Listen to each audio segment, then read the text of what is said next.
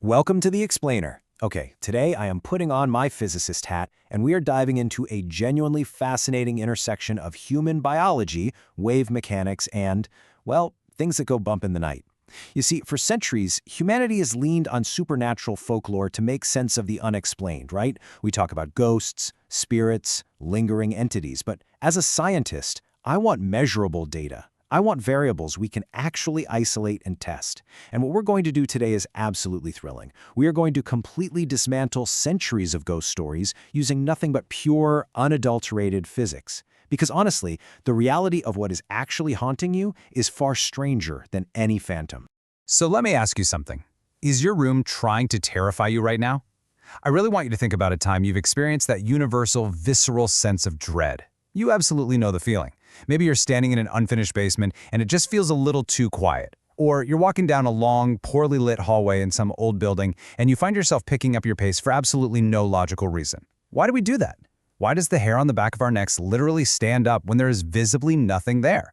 We usually just brush it off, right? We tell ourselves, oh, it's just the dark, or I'm just tired. But what if your environment is actively manipulating your senses and you just don't have the biological equipment to realize it? Now, before we apply the scientific method to this feeling of dread, we really have to validate the data. Consider the classic, universally reported symptoms of a haunting. You've got unexplained anxiety, a room where the air suddenly feels kind of thick, sudden cold sweats even though the thermostat is perfectly normal, and of course, those creeping peripheral shadows. You know, the objects at the edge of your vision that look like they're moving but they completely vanish the second you look directly at them? Your chest doesn't settle right, you feel watched. Now, as a physicist, I don't dismiss these physical symptoms at all. People are genuinely experiencing them. But here is my hypothesis. This isn't a paranormal event. It's actually a physiological reaction to a deeply physical stimulus. The unseen mechanism behind all of this terror is something called infrasound. Human hearing stops at a lower boundary of 20 hertz. Anything below that 20 hertz mark, that is infrasound. It is moving through the world right now, completely invisible to you. And because these waves are so incredibly long, they pass right through walls the exact same way light passes through a window pane. They resonate inside concrete, inside metal, and yes, inside your very bones. You cannot hear this frequency, but your body acts as a giant antenna, intercepting this wave like a broadcast signal it never agreed to receive. Basically, your nervous system is reacting to a language of vibration that is way, way older than spoken language itself. Let's isolate our variable in a real-world setting. Let's talk about the Coventry lab mystery. Back in 1998, there was an engineer named Vic Tandy working in a medical research lab at Coventry University. The whole thing started when a large industrial fan at the end of the hall was adjusted. Shortly after that, the entire staff started quietly agreeing that the lab just felt incredibly wrong. People were suddenly anxious, feeling inexplicably cold, and catching movement out of the corners of their eyes. Then, Tandy himself was working late one night and felt this overwhelming presence. But because he's an engineer, instead of calling an exorcist, Tandy grabbed a frequency analyzer. I want to pause on Tandy's exact experience for a second because it beautifully grounds our science in a deeply relatable bodily response. He described this awful, clammy feeling. It was a sensation of being watched that was so precise, he actually turned around fully expecting to find someone standing right behind him. Obviously, there was no one there. But Tandy looked down and noticed the hackles had risen on his arm. His hair was standing straight up.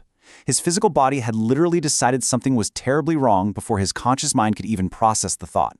This is the exact moment where supernatural folklore usually takes over. But again, Tandy knew there had to be a measurable input causing this biological output. The absolute crucial point here comes down to one specific frequency, 18 hertz. When Tandy brought in that frequency analyzer the next morning, he found an 18 hertz standing wave resonating through the entire laboratory. And guess what? It was being generated by that newly adjusted industrial fan all the way at the end of the hallway. That fan was just pushing infrasound directly through the building, and every single person working there was receiving that 18 hertz signal without having a clue. The lab wasn't haunted by spirits, it was haunted by pure physics. The culprit was just a machine nobody was paying attention to, emitting a wave nobody had thought to measure. This brilliantly illustrates the biological broadcast happening inside us. While your brain is absolutely convinced it's seeing a ghost in your peripheral vision, the physics reality is vastly different. You see, the inner ear isn't the only thing that responds to sound. Your eyes actually have a resonant frequency. At exactly 18 hertz, the fluid inside human eyeballs literally begins to vibrate. This causes slight visual distortions. Objects at the edge of your vision blur and suggests shapes. And what happens next? Your brain does what it's biologically designed to do. It pattern matches. It reaches for the absolute closest explanation to make sense of that blurry shape and that creeping dread. If you're alone at 2 a.m., the closest explanation your brain has on file definitely isn't eyeball fluid resonance, it's ghost. So the world around us is basically acting as a massive acoustic weapon. And these low-frequency waves come from a huge variety of sources. Out in nature, they're generated by massive weather systems, ocean waves, and the low rumbles of earthquakes hours before you even feel the shake. Fun fact, even tigers and elephants produce infrasound to communicate. But what's much more concerning are the accidental ghost machines we build ourselves. We're talking industrial fans, leaking pipes creating harmonic resonance, basement furnaces vibrating right through the concrete, and heavy highway traffic. We are actively constructing environments that blast us with sub-audible frequencies, completely oblivious to the sensory manipulation we are engineering. When researchers took this concept out into the field, they didn't just stop at the Coventry lab. They set up highly controlled scientific studies, literally blasting unrelated test subjects with these exact low-frequency sound waves. The documented biological responses were astounding.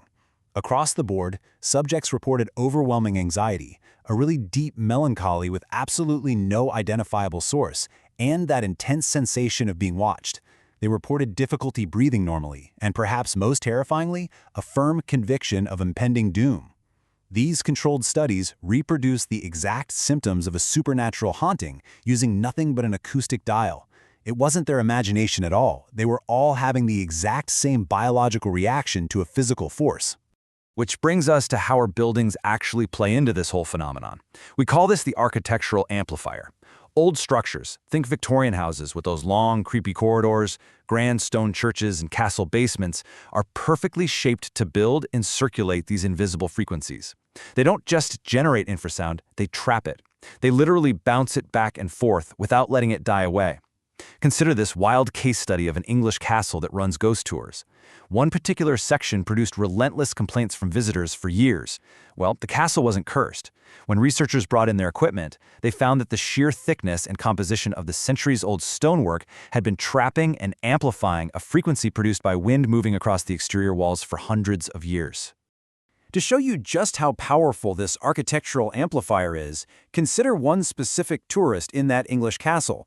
She actually had to leave a room mid-tour and sit down because she was suddenly overwhelmed with this crushing, devastating grief, absolutely certain her mother had just died. For 45 seconds, in a particular corridor of a centuries-old building, she had been absolutely certain. Now, spoiler alert, her mother was alive and perfectly fine, but that emotional response was utterly real to her physical body. Every uncanny report in that corridor over the centuries wasn't a lie, and it wasn't some collective hallucination. It was a genuine, measurable biological reaction to an acoustic signal trapped in the architecture. So we can now confidently map the anatomy of a haunting, mathematically constructed in 4 distinct, completely observable steps. Step 1. A machine or a natural wind source generates a wave below 20 Hz. Step 2, the physical architecture of the space traps and amplifies that frequency into a standing wave. Step 3, the human nervous system acts as a giant receiver while your eyeball fluid physically vibrates. And finally, Step 4, to resolve the sudden massive influx of physical panic and visual distortion, the human brain simply invents a ghost. It's amazing. The building stops being haunted the exact moment you adjust the machine or dampen the acoustics. The science of it is just incredibly elegant. But, and there is a but here. As any good physicist will tell you, we have to look at all the data, even the data that doesn't fit neatly into our elegant little models. And honestly, this is where things get just a bit uncomfortable. While infrasound perfectly explains the dread, the cold sweat, and those blurry peripheral shadows, there is unexplained data. There are a handful of highly documented cases where subjects didn't just see a vague gray blur, they reported specific faces, intentional figures staring right at them. The 18 Hz frequency, no matter how much you amplify it, simply should not be capable of producing hallucinations that are that detailed and that specific. Our current physical models absolutely do not have room to explain away a face in the dark. Which brings us to the end of our explainer today, and to a question I kind of want to leave echoing in your mind. If physics perfectly explains the shadows, what explains the face in the dark? When Vic Tandy turned off his fan, the Coventry lab went completely back to normal. But what about the places where there is no fan? What about those ancient rooms where the frequency persists, yet the source remains utterly unidentified? The next time a space makes you feel that visceral dread, you can totally comfort yourself with wave mechanics. You can say to yourself, it's just low-frequency sound. And you know what? You'll probably be right.